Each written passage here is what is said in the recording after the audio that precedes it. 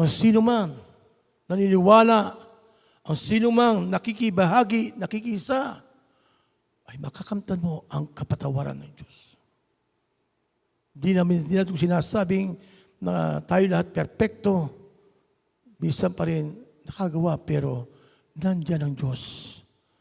Andang abutin upang tayo ay kanyang ituwid, ilagay sa tama. Kapatawaran, forgiveness, walang halong kapalit. Hindi naghihintay ng kabayaran. Pero ang tao kapag, sige, patatawarin kita, diyan mo ko pangkain. Sa isang kondisyon. God, unconditional love. Unconditional. Walang kondisyon. Walang limitasyon ang kanyang kapatawaran. Subalit, nais ng Panginoon, ating pagsisiyan. Ang sinasabi Santiago, pagsisiyan natin ang kasalanan bilang paglilinis, pagtanggap sa sarili. Forgiveness. Dapat makita sa buhay natin, mga kapatid. Kung ang Diyos ay mapagpatawad, tayo pa kaya na kailangan magpatawad din sa ating kapwa. Ito po.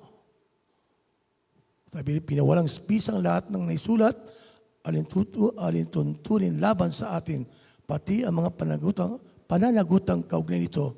Pinawi niya ang lahat ng ito nang ipako siya sa krus. Forgiveness is the greatest gift you can give yourself. Sabi ni Maya Angelou, it's the greatest gift. Yung bang napatawad mo, na ikaw naranasan mo ang kapatawaran ng Diyos, bakit hindi mo ipakita, isabuhay, yung kapatawaran na dapat na hinihingi sa iyo ng iyong kapwa. Parang kayo, masisabuntok. Patawaran kayo.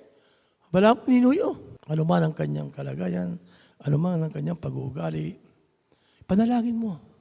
Panalangin mo siya. Idulog mo siya, iyak mo siya sa Panginoon. Kung meron kang tao na, hanggang ngayon, kapatid, humingi ng tawad at hindi mo pa pinatawad.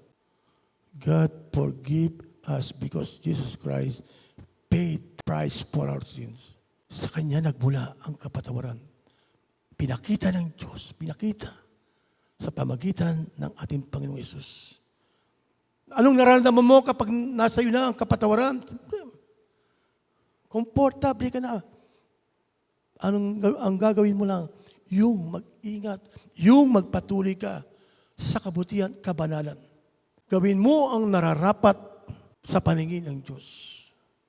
Be kind and compassionate to one another, forgiving each other, just as in Christ God forgave you.